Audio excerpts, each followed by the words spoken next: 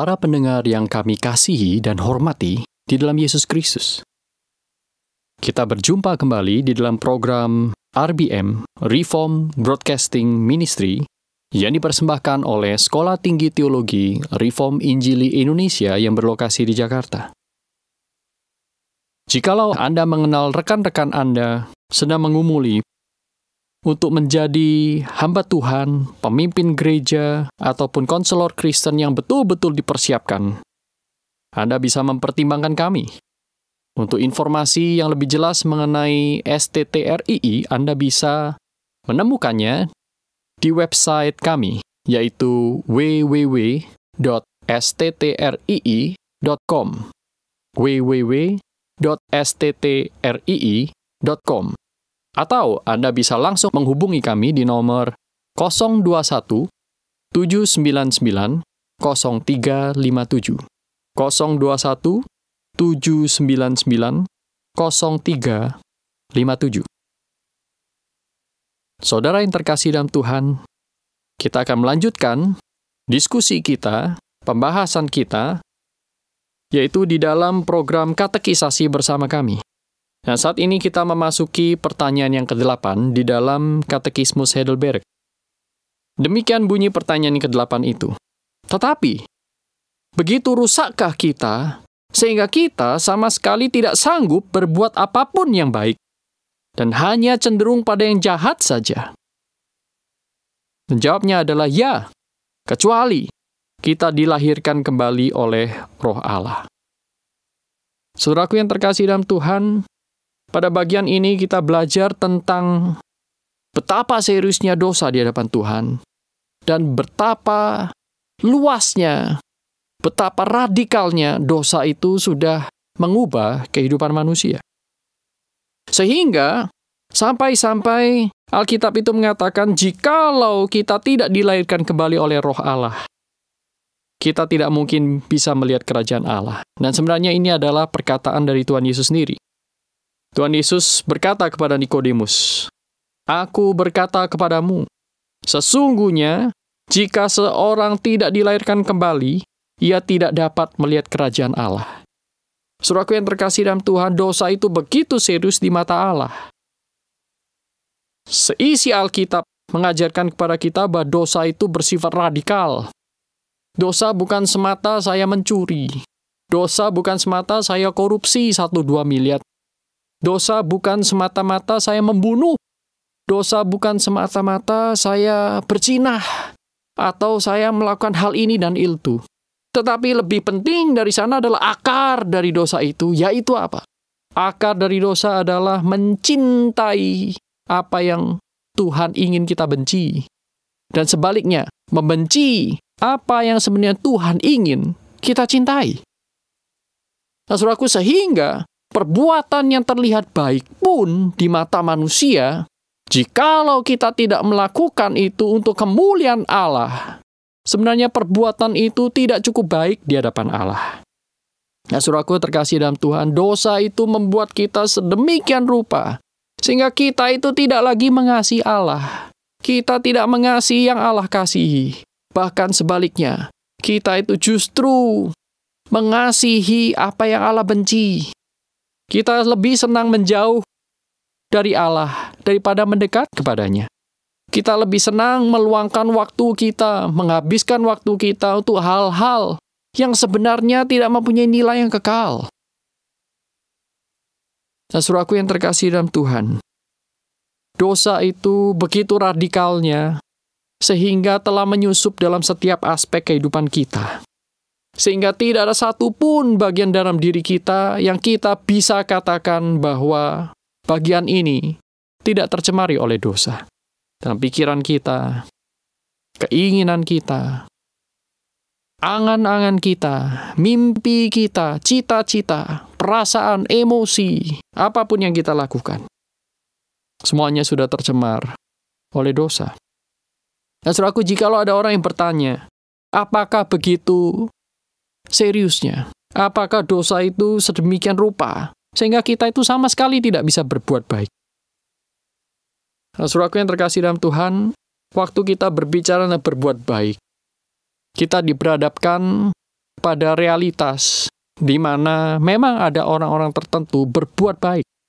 Misalnya, seorang tua yang mengasihi anaknya, orang tua yang memelihara anaknya. Bukankah ini perbuatan baik? Ya, benar.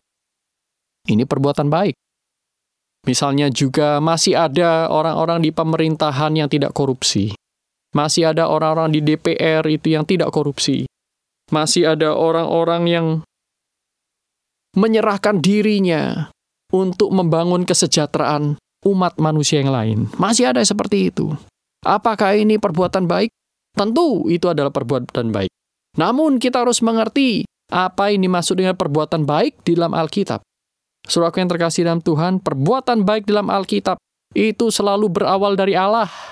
Ingat dalam Titus, Paulus berkata, segala hal yang baik, anugerah yang sempurna, datangnya dari Allah. Dan dari sana kita mengerti bahwa waktu manusia melakukan perbuatan baik, itu bukanlah perbuatan baik yang muncul dari dirinya sendiri, tetapi itu adalah anugerah Allah yang Allah berikan kepada umat manusia ini sebagai bagian di dalam pemeliharaannya atas seluruh ciptaannya. Ini adalah anugerah umum. Saudaraku, tetapi di dalam diri kita sendiri, kita itu selalu menginginkan hal-hal yang menjauhi Allah. Hal-hal yang mendukakan Allah. Di dalam pikiran kita tidak mau memikirkan Allah. Biar kalau kita bicara firman Tuhan, ya kita bicara itu di gereja saja. Di luar gereja, sudah jangan bicara firman Tuhan. Nah, ini adalah contoh-contoh manifestasi bahwa natur sebenarnya diri kita itu adalah natur yang berdosa. yakni natur yang ingin selalu menjauhi Allah. Sehingga saudaraku, seorang bernama Johann Arndt yang adalah seorang Lutheran generasi kedua setelah Luther. Di abad 16, abad 17 itu, dia berkata dalam bukunya True Christianity, dia berkata demikian, pertobatan yang sejati itu bukanlah dari kita tidak lagi melakukan perbuatan-perbuatan jahat yang besar. Nah, pertobatan yang sejati itu bukan hanya dari dulu mencuri, sekarang tidak mencuri. Dulu saya suka pornografi, sekarang saya tidak suka pornografi. Dulu saya suka berbohong, sekarang saya tidak berbohong. Johann Arndt berkata, bukan itu. Itu mungkin bisa menjadi salah satu manifestasi, tetapi itu sendiri pada dirinya tidak menunjukkan pertobatan yang sejati. Tetapi pertobatan yang sejati itu ditandai oleh apa? Kata Johann Arndt adalah ditandai dari satu cinta kepada Allah.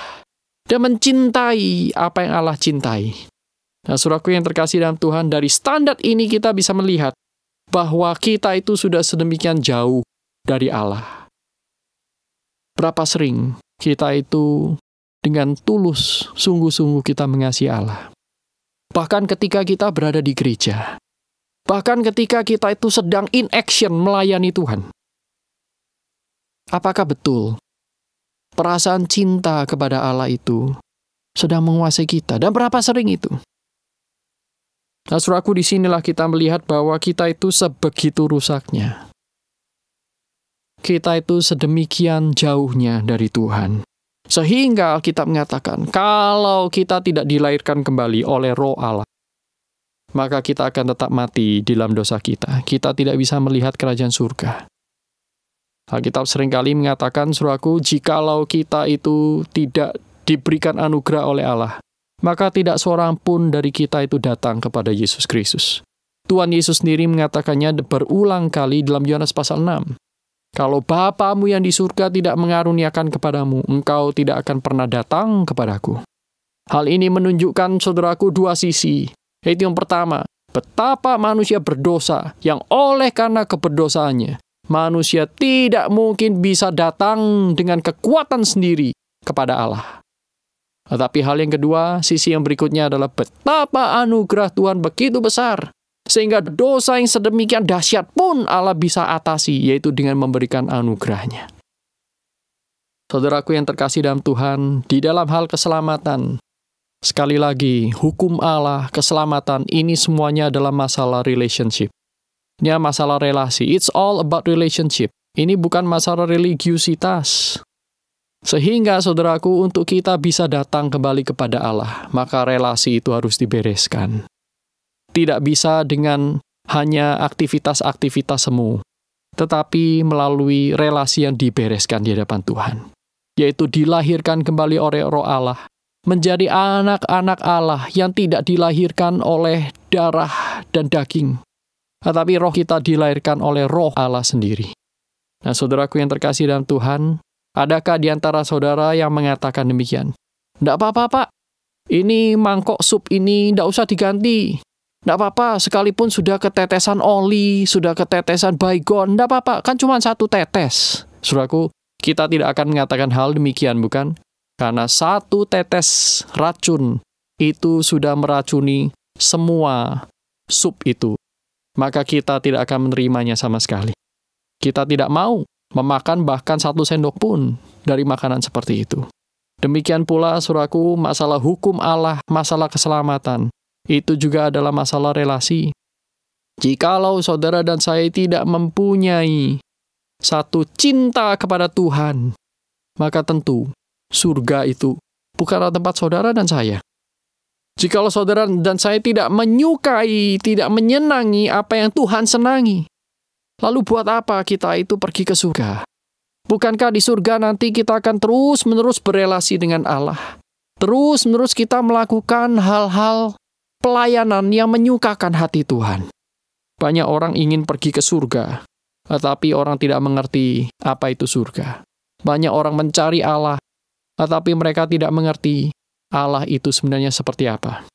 Saudaraku yang terkasih dalam Tuhan, hari ini firman Tuhan kembali mengingatkan kepada kita. Tuhan Yesus berkata dalam Yohanes pasal 3 ayat 3, "Aku berkata kepadamu, sesungguhnya jika seorang tidak dilahirkan kembali, ia tidak dapat melihat kerajaan Allah." Dosa begitu dahsyat. Dosa tidak bisa diselesaikan dengan cara manusia, karena manusia pada dirinya sudah sedemikian korup karena dosa. Satu-satunya cara adalah Allah berintervensi. Saudaraku yang terkasih dalam Tuhan, di dalam hal keselamatan, kita tidak lagi bertanya, dosaku besar atau dosaku kecil. Karena dosa sekecil apapun, itu adalah wujud dari kita tidak mengasihi Allah. Wujud nyata dari kita membenci Allah. Wujud yang nyata dari kita dan Allah yang mempunyai relasi yang sudah rusak.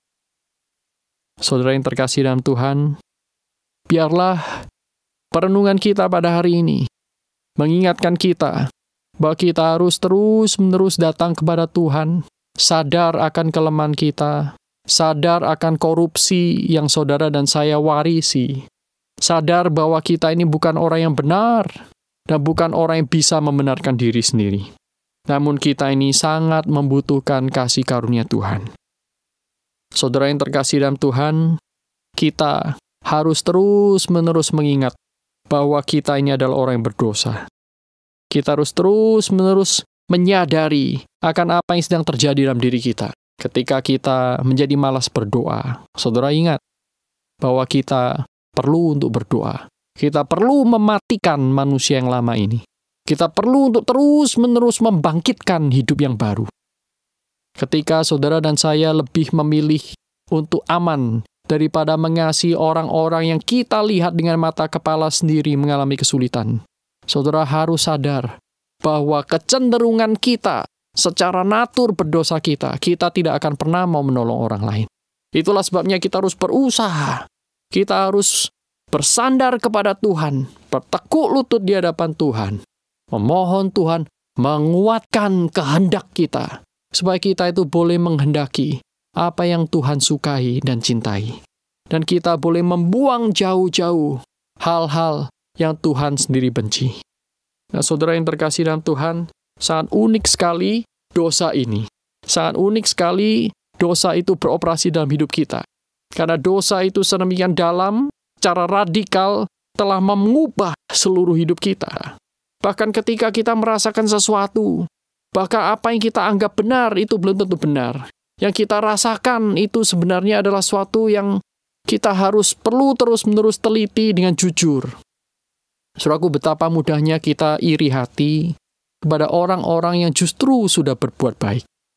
Betapa kita itu mudah sekali tersentuh ego kita ketika orang-orang lain itu melakukan performa lebih baik daripada kita. Kita sedemikian mudah termakan oleh dorongan-dorongan hawa nafsu kita. Nah, tapi mulai hari ini, marilah kita dengan jujur datang kepada Tuhan. Mengatakan, Tuhan, saya begitu rusak. Tuhan, saya begitu jahat.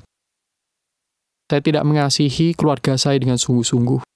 Saya hanya melakukan segala sesuatu berdasarkan kewajiban. Tuhan, waktu saya beribadah pun, saya mencari pemuasan nafsu, bukan berusaha untuk menyenangkan hati Tuhan. Lewat puji-pujian yang saya nyanyikan, aktivitas pelayanan yang saya lakukan, saya sedang mencari untuk diri saya. Kita tidak sedang mencari untuk Tuhan. Saudaraku yang terkasih dalam Tuhan, marilah kita datang kembali kepada Tuhan. Karena bagi Tuhan, hati yang hancur, jiwa yang remuk, Tuhan tidak pernah pandang hina. Itulah persembahan yang indah, yang harum bagi Tuhan. Dan biarlah anugerah Tuhan selalu menyertai saudara sekalian. Tatkala saudara merenungkan keberdosaan manusia, kita selalu dibawa untuk semakin hari, semakin mendekat kepada Allah.